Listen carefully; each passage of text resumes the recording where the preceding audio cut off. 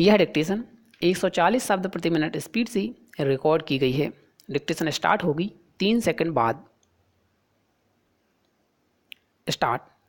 मैं इस मौके पर सरकार को अवगत कराना चाहूँगा कि किसानों की जो वास्तविक समस्या है उसे समझने का प्रयास सरकार ने नहीं किया है।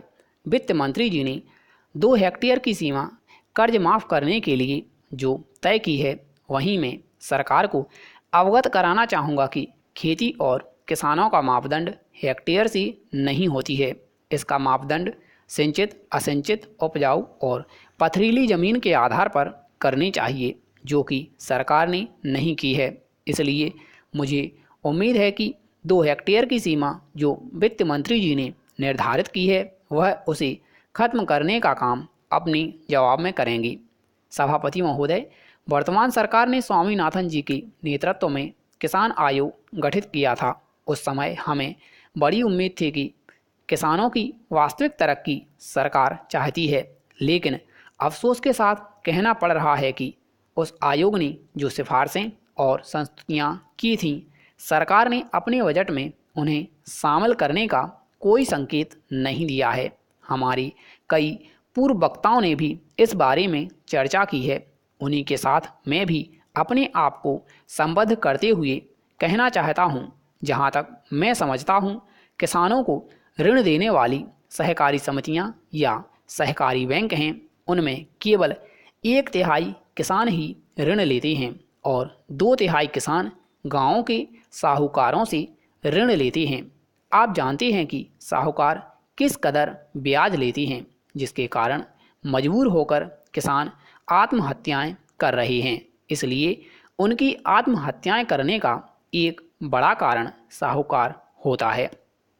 डॉक्टर स्वामीनाथन जी ने संस्तुति की थी कि किसान भाइयों को 4% ब्याज की दर से ऋण दिया जाए, लेकिन माननीय वित्त मंत्री जी ने उस बात पर विचार नहीं किया। हम प्रार्थना करेंगे कि जहां देश के 60% से ज़्यादा लोग खेती पर निर्भर हों, वहां माननीय वित्त मंत्री जी किसान भाइयों की परेशानियों पर गंभीरता से विचार करें। जहां आप एक ओर आर्थिक विकास के ऊंचे ऊंचे आंकड़ों की बात करते हैं, 8.8% की दर से आर्थिक विकास की बात कर रहे हैं, तो मैं बड़ी विनम्रतापूर्वक इस सरकार से कहना चाहूँगा कि जहां आपने 8.8% की आर्थिक विकास दर को छूने का काम किया, वहीं बड़े अफसोस के साथ कहना पड़ रहा है कि कृषि विकास दर 3.2% से घटकर 2.6% पर आ चुकी है और किसानों की हालत का अंदाज़ा इसी बात से लगाया जा सकता है। विगत सालों में किसानों के प्रति चाहे यूपीए सरकार की नीतियां रही हों या एनडीए सरकार की नीतियां रही हों, कृषि विकास दर निरंतर घट रही है।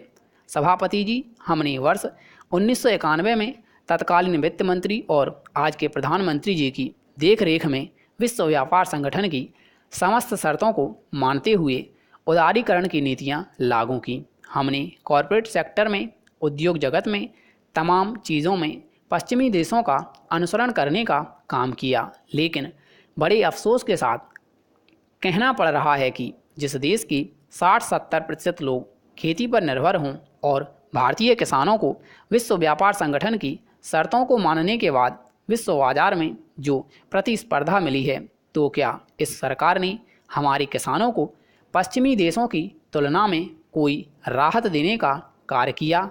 क्या हमारे किसानों को कोई सब्सिडी देने का काम किया?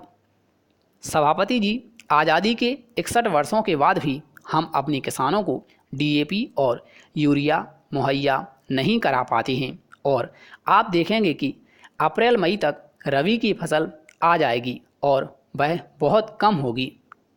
यह स्थिति हमारे देश की है। हम चर्चा करते हैं विश्व व्यापार संगठन की, हम बहुराष्ट्रीय कंपनियों के माध्यम से पूरी दुनिया से मुकाबला करने की बात करते हैं, लेकिन क्या हम अपने किसानों को कोई सुविधा दे पा रहे हैं? इस बात पर सरकार को चिंतन करना पड़ेगा, पूरे सदन को चिंतन करना पड़ेगा। यूपीए के कॉमन मिनिमम प्रोग्राम में 6% शिक्षा पर खर्च करने की बात कही गई है, लेकिन मैं सरकार से पूछना चाहता हूं कि क्या आप अपना वायदा पूरा कर पा रहे हैं और जो भी आप खर्च कर रहे हैं उसका स्तर क्या है। मैं समझता हूँ कि वह इस सदन के किसी भी सम्मानीय सदस्य से छिपा हुआ नहीं है।